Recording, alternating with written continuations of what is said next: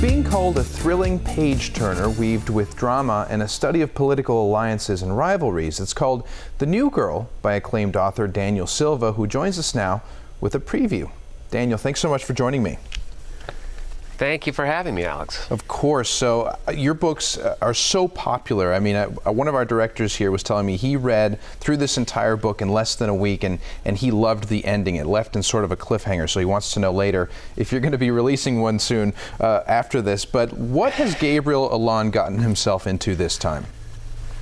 He has gotten himself into a real Game of Thrones for control of Saudi Arabia. There's no other way to put it.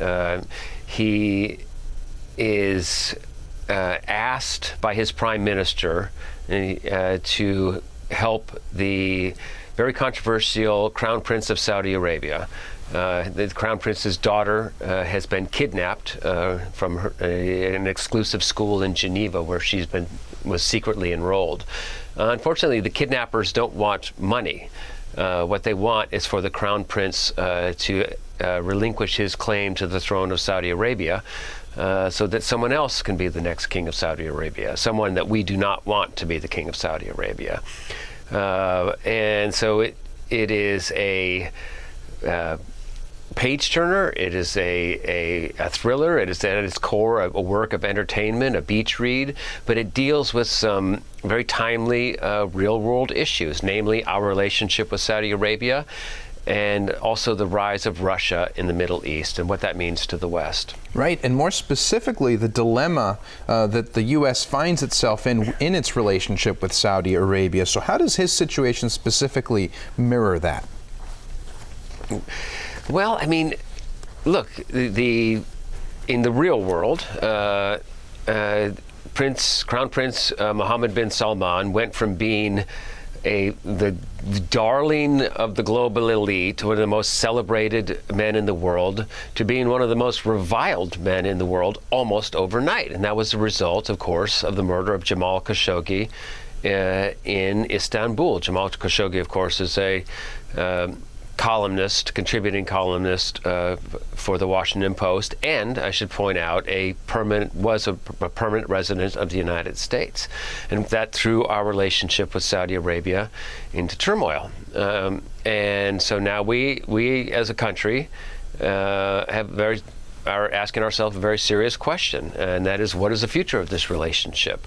The president has made it clear that he intends to stand by MBS, as he's known, and the relationship. But I tell you, there's a large majority of Congress, politicians from both sides of the aisle, who are not so keen on that, and that's putting it mildly. So my character is known as Khalid bin Mohammed. He shares many attributes with the real MBS, important differences as well. So this book somewhat mirrors what's taking place in real life and sort of mixes it up a little bit and uses the real-world inspiration for a work of entertaining fiction.